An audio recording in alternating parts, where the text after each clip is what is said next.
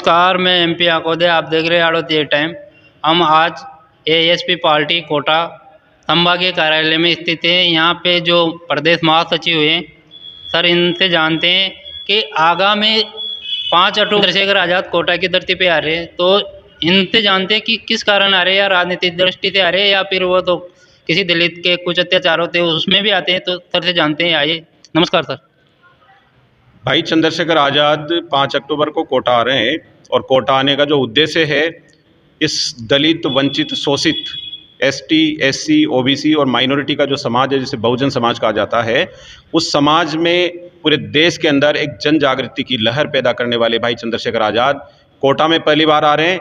और यहाँ का जनमानस जो है वह उद्वेलित होने वाला है, क्योंकि भाई एट्रोसिटी के मामलों में ज़्यादातर केसेस में आते रहते हैं राजस्थान के अंदर, लेकिन इस बार जो आ रहे हैं वो उससे भी ऊपर की बात है। वो ये बताना चाहते हैं कि एट्रोसिटी के मामले जो है उसको दबाने के लिए भी, अगर हम उस पर बात करने के लिए या उससे रिलेटेड आंदोलन करने के लिए भी भाई चंद्रशेखर आज़ाद को आना पड़े बार बार, तो यहाँ की पूरी जनता जो है वो क्या कर रही है। तो इस सोए हुए समाज को जगाने के लिए, जनमानस में वो जो खौफ है, वो डर है, उसको खत्म करने के लिए और यहाँ पर लीडर पैदा करने के लिए पूरे देश के अंदर भाई चंद्रशेखर आज़ाद घूम घूम करके नेता पैदा कर रहे हैं। और हज़ारों लाखों की तादाद में उन्होंने ऐसे जांबाज, शेर और सिपाही पैदा किए हैं जो आज इस देश के अंदर आन बान शान और अस्मिता के लिए लड़ाई लड़ रहे हैं। तो यहाँ पर जो कोटा के अंदर आ रहे हैं वो हर तरह से यहाँ के युवाओं को, यहाँ के पढ़े लिखे समाज को, शोषित वंचित समाज को, किसानों को, माइनॉरिटी को ये आश्वासन देने के लिए आ रहे हैं कि आपके बीच में भी कई सारे लीडर्स पैदा हो गए हैं जो आपकी आवाज़ को देश के अंदर उठाने के लिए तैयार रहेंगे। और इस प्रकार से यहाँ पर जो है एक नया आगाज़ कोटा के अंदर, कोटा की धरती पर होने वाला है। और 5 अक्टूबर का दिन जो होगा वो एक ऐतिहासिक दिन होने वाला है। तो सर, जैसे आपकी जो एएसपी पार्टी है वह अभी राजस्थान में चुनाव में भाग लेगी? निश्चित रूप से चुनाव में भाग लेगी, क्योंकि यहाँ पर विकल्प की तलाश चल रही है। सब लोग तंग आ चुके हैं। बीजेपी और कांग्रेस दोनों का रवैया एक जैसा ही है। यहाँ पर कोई किंतु परंतु वाला सवाल ही नहीं उठता कि कांग्रेस अच्छी है या बीजेपी अच्छी है। दोनों एक ही सिक्के के दो पहलू हैं, एक बार वह और दूसरी बार वह। और जो वोट हैं एसटी, एससी, ओबीसी, माइनॉरिटी के, उनको तो ये यूं ही समझते हैं कि ये तो हमें ही वोट देंगे, कहाँ जाएंगे, इधर नहीं तो इधर। तो जो वहाँ पर मलाई चाटने वाले जो लीडर्स हैं और जो समाज है, वह दोनों में एक जैसा समाज है। और दोनों में एक ही तरह के लीडर्स जो हैं वह मंत्री, संतरी और जो उपयोग करते हैं पूरी सत्ता का, वह एक जैसे लोग होते हैं। तो सर, जैसे जो बहुजन समाज है, एससी, एसटी और जो ओबीसी हैं, इसमें नेता कम क्यों पाए जाते हैं? जैसे जहाँ भी देखो वहाँ अदर कास्ट, जैसे जनरल कास्ट के ज़्यादा लीडर होते हैं। इस पर आपका क्या कहना है?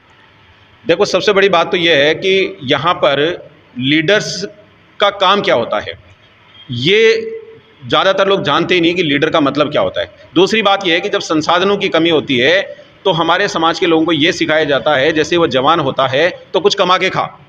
उधर उस समाज में ये सिखाया जाता है कि जवान हो गया तो नरेगा में मजदूरी नहीं करनी, कुछ न कुछ ऐसा करो जिसकी वजह से समाज को एक नई दिशा मिले। हमारे समाज में क्या होता है, जब भी कोई व्यक्ति पढ़ा लिखा होता है और जवान हो जाता है तो उसे कहा जाता है चाहे मजदूरी कर ले लेकिन कमा के खा। तो यहाँ पर रोजी रोटी कमाने के लिए ही सारी की सारी ऊर्जा जो है खपा दी जाती है, क्योंकि हमारे पास एक निश्चित मात्रा में संसाधन उपलब्ध है और उनसे ज़्यादा संसाधनों की तलाश में हम लोग जो है वो लगातार प्रयासरत हैं, लेकिन हमें मिले भी नहीं है। इसलिए हमारे समाज में बहुत कम लीडर्स पाए जाते हैं। और सर, जैसे हम देखते हैं कांग्रेस बीजेपी में जैसे दारू बांटते हैं वोटों के लिए, कोई क्या करता है, फिर 5 साल बाद तो देखने का काम ही नहीं। उन नेताओं के बारे में आप क्या कहना चाहते हो? देखो, ये तो एक संस्कृति बना ली उन्होंने। उनको अच्छी तरह से पता है कि समाज इतना सोया हुआ है जिसे एक दिन जगना है। और जगना किसके लिए? वोट देने के लिए नहीं जगना, बल्कि दारू पीने के लिए जगना है। इसलिए जब दारू पीने के लिए जगना है तो उनको दारू पिला के वापस सुला दिया जाता है और 5 साल तक कोई उनकी खैर खबर नहीं लेता। तो ऐसे नेताओं के बारे में तो यही कहना चाहूँगा कि समाज में से जब तक लीडर पैदा नहीं होंगे, जब तक जन जागरूकता पैदा नहीं होगी, जब तक बाबा साहब अम्बेडकर के विचार घर घर तक नहीं पहुँचेंगे, जब तक भाई चंद्रशेखर आज़ाद जैसे सैकड़ों लोग इस देश के अंदर इस समाज को जगाने के लिए काम नहीं करेंगे, तब तक ये स्थितियाँ लगातार जारी रहेगी। और जैसे कांग्रेस और बीजेपी एक दूसरे पे हमलावर होती हैं, इस बार तो आम आदमी भी राजस्थान में कदम रख चुकी है। तो आपको कितने, मतलब अभी कोटा से कितने उम्मीदवार खड़े करोगे, या पूरे 6 के विधानसभा में 6 के 6 विधानसभा में करोगे, तो आपको कितनी सीटें जीतने का अनुमान लग रहा है? कोटा संभाग की हम 17 की 17 सीटों पर चुनाव लड़ेंगे। और जहाँ तक मैं समझता हूँ कि जिस प्रकार का उद्वेलन आज की तारीख में कोटा संभाग में पूरे राजस्थान में है, उससे हमें ये प्रतीत होता है कि कोटा संभाग में लगभग 10 सीटों पर हम नंबर 1 और नंबर 2 की स्थिति में रहेंगे। ये हमारी आकलन है, जैसा कि हम लगातार फील्ड में काम कर रहे हैं और जैसा हमें रुझान मिल रहा है। और आपको सबसे ज़्यादा उम्मीद कौन सी सीट पे है? ज़्यादातर सीटों पर हमें बहुत अच्छी उम्मीद है और लगातार हमारे कार्यकर्ता जो है वो जी जान से जुटे हुए हैं। ये कार्यकर्ता ऐसे कार्यकर्ता हैं जो निस्वार्थ भाव से काम कर रहे हैं और बाबा साहब की विचारधारा को जन जन तक पहुंचाने का काम कर रहे हैं। हजारों सालों से प्रताड़ित हैं, इसलिए जब जैसे उनको ये पता चलता है कि हमारे साथ प्रताड़ना कौन कर रहा है, प्रताड़ना का मुख्य कारण है कांग्रेस और बीजेपी की नीतियां, इसलिए वो लोग जो है वह इसे उखाड़ के फेंकने के लिए प्रयासरत हैं और इतना ज़बरदस्त तरीके से काम कर रहे हैं कि उनके लिए एक पैसा भी खर्च नहीं करो तभी रात दिन ये कर रहे हैं। जो ये आम आदमी पार्टी है, ये हमेशा फ्री फ्री फ्री का काम करती है। उसके देखिए गहलोत साहब ने भी अभी कुछ योजनाएं फ्री की है, इस पर आप क्या कहना चाहते हैं? देखो, ये जो मोबाइल बांटे जा रहे हैं, आपको लगता है कि इसके बगैर काम नहीं चल सकता, वैसा है? अगर मोबाइल नहीं बांटे जाते हैं तो क्या काम नहीं चलता? चल जाता। तो जो चीज़ें हैं जिनको बांटने की आवश्यकता है, जो समाज को देने की आवश्यकता है, मुख्य रूप से जो रोजगार की आवश्यकता है। दूसरी बात यह है कि जहाँ पर शिक्षा जो है इतनी महंगी कर दी गई है, किसानों के बारे में कुछ सोचा ही नहीं जा रहा है। उनके बच्चे जो है वो पढ़ लिख करके नौकरी करने की आस में सारा का सारा पैसा खर्च कर देते हैं और ज़मीनें बेचने की स्थिति आ जाती है। पैसे वाले लोग ज़मीनों को खरीद लेते हैं और वो वहीं के वहीं वापस घर पर लौट जाते हैं और मजदूरी करने के लिए मजबूर हो जाते हैं। तो जैसे 5 अक्टूबर राजस्थान आ रहे हैं, तो इनका मुख्य कारण क्या है? राजनीति के? देखो, इनका मुख्य उद्देश्य आज की तारीख में जो 5 अक्टूबर है वह संविधान बचाओ, देश बचाओ, समाज बचाओ, खुद को बचाओ। यानी आज जो देश में हालात पैदा हो गए हैं वह ऐसे हालात हैं, अगर हमने एक ज़बरदस्त लीडर, ज़बरदस्त विपक्ष और ज़बरदस्त तरीके से चुनाव लड़ने की तैयारी नहीं की तो संविधान नहीं बचेगा, और संविधान नहीं बचा तो इस देश को बचा पाना मुश्किल हो जाएगा। क्योंकि यहाँ पर स्वार्थी तत्व जो है, जिन्होंने हजारों सालों तक अपने स्वार्थ के खातिर इंसान को इंसान नहीं समझा, जातियों में बांट करके भेदभाव किया और आज भी उसी संस्कृति को वापस लादने के लिए काम कर रहे हैं, तो उनके खिलाफ संविधान बचाओ जनसभा, देश बचाओ जनसभा करने के लिए भाई चंद्रशेखर आज़ाद जो यहाँ पर आ रहे हैं, वो एक बड़ा मैसेज है कि जब तक ये बहुजन समाज जिंदा है, ये अपने खून के एक एक कतरे से संविधान और देश की रक्षा करने के लिए कृत संकल्प है। इसी उद्देश्य के लिए भाई चंद्रशेखर आज़ाद कोटा आ रहे हैं। पूरे राजस्थान के अंदर नहीं बल्कि पूरे देश के अंदर एक जो संविधान बचाओ यात्रा जो है वह निकाली जा रही है। इंजीनियर रामपाल भारती है और इंजीनियर रामपाल भारती जी इनका नाम है। और हमारे पास महेंद्र पाल जी है जो पूर्व कोटा संभाग के अध्यक्ष थे, अभी प्रदेश उपाध्यक्ष हैं। आए इनसे भी जानते हैं कि ये 5 अक्टूबर को लेकर क्या कहना चाहते हैं। नमस्कार सभी साथियों, क्रांतिकारी जय भीम। दिनांक 5 अक्टूबर को जो क्रांतिकारी आगाज कोटा की सरजमी पर, महाराज कोटे अपील की सरजमी पर पहली बार भाई चंद्रशेखर आज़ाद जी पधार रहे हैं। इस कार्यक्रम को अधिक से अधिक सफल बनाने के लिए हमारे क्रांतिकारी कार्यकर्ता आज़ाद फ्रंट पार्टी और भीम आर्मी के लगातार कृत संकल्प है। गांव गांव, ढाणी ढाणी और ऐसा कोई मोहल्ला नहीं है जहां पे हमारे कार्यकर्ता नहीं पहुंच रहे। क्यों? क्योंकि शोषित और उत्पीड़न की आग इस प्रकार जल चुकी है कि किसी कोई भी फायर ब्रिगेड नहीं बुझा पा रही है, न कांग्रेस की, न बीजेपी की, न आपकी। इस प्रकार से संविधान का हनन हो रहा है, लगातार संविधान की धज्जियां उड़ाते जा रहे हैं लोग। और जो भी इनके आदमी हैं जो इन्होंने कारिंदे छोड़ रखे हैं, जो संविधान विरोधी बातें करते हैं, उत्पीड़न करते हैं, लगातार दलितों आदिवासियों का उत्पीड़न लगातार बढ़ रहा है। इनकी हिम्मत इतनी होती जा रही है कि मानव को मानव न समझकर ये उस मानव के ऊपर पेशाब करने हैं, उसको जलील करने का काम कर रहे हैं।